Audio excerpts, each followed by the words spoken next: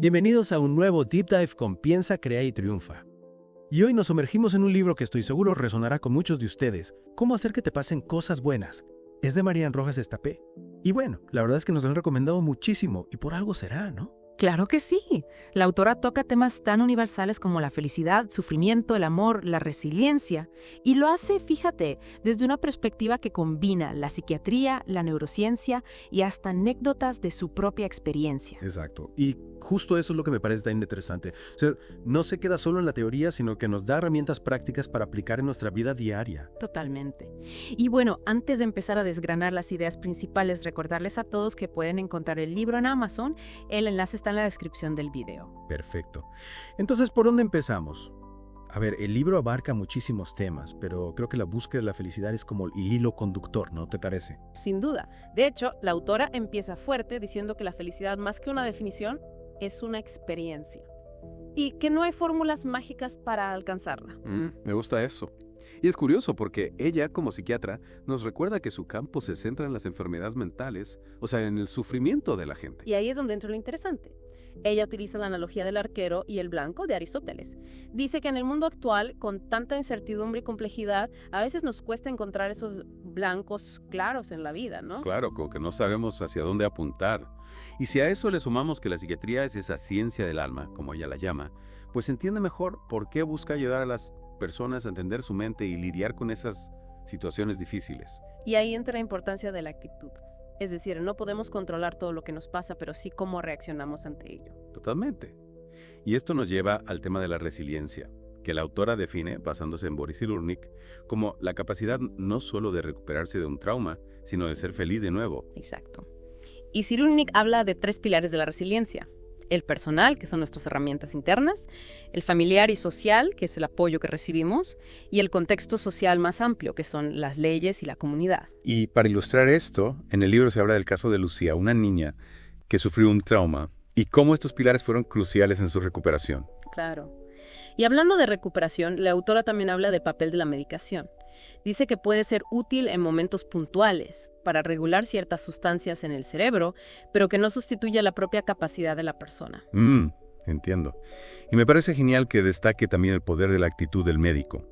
Una palabra de aliento o una escucha atenta pueden ser muy importantes en el proceso de curación. Sin duda. Y en definitiva, el mensaje es que el dolor puede ser una oportunidad de crecimiento personal, siempre que tengamos la voluntad y las herramientas para enfrentarlo. Y el antídoto contra el sufrimiento, según Marian Rojas Estapé, es el amor. Ajá. Y no solo el amor romántico, ¿eh? Habla del amor en todas sus formas. Hacia una persona, hacia los demás, hacia ideales, incluso hacia los recuerdos. Me recuerda al estudio de Harvard, el de Robert Waldingers, que concluyó que las buenas relaciones son clave para una vida feliz y saludable, incluso más que el dinero o la fama. Totalmente. Y dentro de esas buenas relaciones, la amistad es fundamental. Es una forma de compartir, de aprender, de sentirnos acompañados. Y el libro da consejos muy concretos para cultivar buenas relaciones. Por ejemplo, recordar nombres, evitar juzgar a la gente, ser empáticos, encontrar intereses comunes. Hasta habla del poder de los caramelos Subus en Camboya como herramienta para conectar con la gente. Curioso, ¿verdad? Sí, la verdad es que sí. Y también habla mucho del poder de sonreír, de reír, de cantar en grupo. Incluso menciona que hay estudios que demuestran sus beneficios para la salud. Y por otro lado, recomienda evitar hablar mal de los demás, porque eso genera cortisol, la hormona del estrés. Tiene sentido. También habla de ser discretos, de buscar lo bueno en las personas, de centrarnos en las soluciones y no en los problemas. Y me encantó la parte en la que habla del poder de las historias. Dice que liberan oxitocina, la hormona de la empatía, y activan las neuronas espejo. Y cuenta una historia muy conmovedora, la de Luis, en la unidad de cuidados paliativos, que ilustra este punto a la perfección. Totalmente. Y para terminar con este tema, la autora nos anima a mejorar nuestra asertividad y nuestras habilidades sociales, a ser amables, a decir gracias, perdón y por favor. Incluso menciona la existencia de un gen de la amabilidad, ¿te imaginas? Y dice que la amabilidad no solo nos hace sentir bien a nosotros, sino que también tiene beneficios para nuestra salud. Increíble. Bueno, y ahora hablemos del cortisol, la hormona del estrés. En el libro se explica su función vital, pero también los peligros de tenerlo elevado de forma crónica. Y es que a veces no nos damos cuenta de que volver a un lugar donde vivimos un trauma puede reactivar nuestra respuesta de estrés. O que preocuparnos constantemente puede disparar los niveles de cortisol hasta un 50%. Es que nuestro cuerpo a veces no distingue entre una amenaza real y una que solo existe en nuestra imaginación. Exacto. Y el cortisol tiene su ritmo natural, pero cuando está siempre alto, se vuelve tóxico. Y puede manifestarse en problemas de sueño, irritabilidad, tristeza, falta de concentración, ansiedad. Incluso el hipocampo, que es la zona del cerebro relacionada con la memoria, se ve afectado por el cortisol. Claro, por eso a veces nos quedamos en blanco en un examen importante, por los nervios. Exacto. Y lo importante es entender que nuestra mente y nuestro cuerpo están conectados y que nuestros pensamientos pueden generar cambios fisiológicos. Por eso hay que cuidar mucho nuestro diálogo interno y prestar atención a las voces negativas, tanto las internas como las externas. Y la culpa también juega un papel importante porque puede llevarnos a estados de ánimo muy negativos. Hay que aprender de los errores del pasado, pero sin quedarnos atrapados en la culpa. En el libro se habla del caso de una madre que se sentía culpable por volver a trabajar después de tener un hijo y cómo le afectaba. Y ahora, hablemos de cómo gestionar las heridas del pasado y la ansiedad por el futuro. El perdón es un tema central y la autora lo presenta como un acto de amor hacia uno mismo. Pero también reconoce que perdonar no siempre es fácil, especialmente cuando se trata de heridas profundas. En el libro se cuenta la historia de May en Camboya, que tras sufrir un trauma terrible, encontró la fuerza para perdonar a través de su fe. También se menciona la historia de Sam Wiesenthal y el oficial de las heces moribundo, que muestra la complejidad del perdón. Y la compasión es otra clave. Es esa capacidad de conectar con el dolor del otro, de sufrir juntos. Y al hacerlo, se libera la ira y el odio.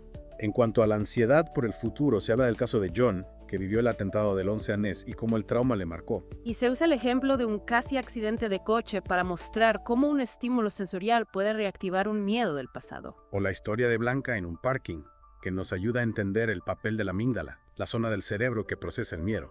Y se explica el concepto de secuestro de la amígdala, que son esas reacciones emocionales intensas y desproporcionadas. Y se dan consejos para gestionarlo.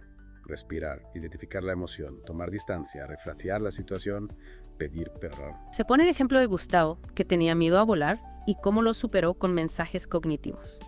Y se destaca la importancia de la confianza en uno mismo para activar la mejor versión de nuestro cerebro. Y también de la atención, que es crucial para manejar la ansiedad. Pasemos ahora al tema de vivir en el presente. La autora dice que la felicidad no depende tanto de lo que nos pasa, sino de cómo lo interpretamos. Hay que reconocer las dificultades, pero también elegir conscientemente enfocarnos en lo positivo. La felicidad no es solo emociones positivas, sino también superar obstáculos y crecer. Y es que la mente genera la emoción y el sentimiento es la reacción física. Hay estudios que demuestran que cada pensamiento genera un cambio a nivel mental y fisiológico. Por eso es tan importante cuestionar nuestras limitaciones autoimpuestas, ese yo soy así, que a veces nos decimos. Nuestro cerebro es plástico, puede cambiar. Podemos educarlo para regular nuestras emociones. Como el ejemplo de Ernesto, que sufría de ansiedad y aprendió a identificar sus desencadenantes. O el concepto de la persona altamente sensible, que se caracteriza por ser más sensible a los estímulos. Y hablando de estímulos, el libro dedica un capítulo entero al sueño. Es fundamental para la memoria, aprendizaje, la atención, las emociones. Y explica la ciencia detrás del café, cómo la cafeína bloquea la adenosina, que es la molécula que nos da sueño. Y da consejos para dormir mejor.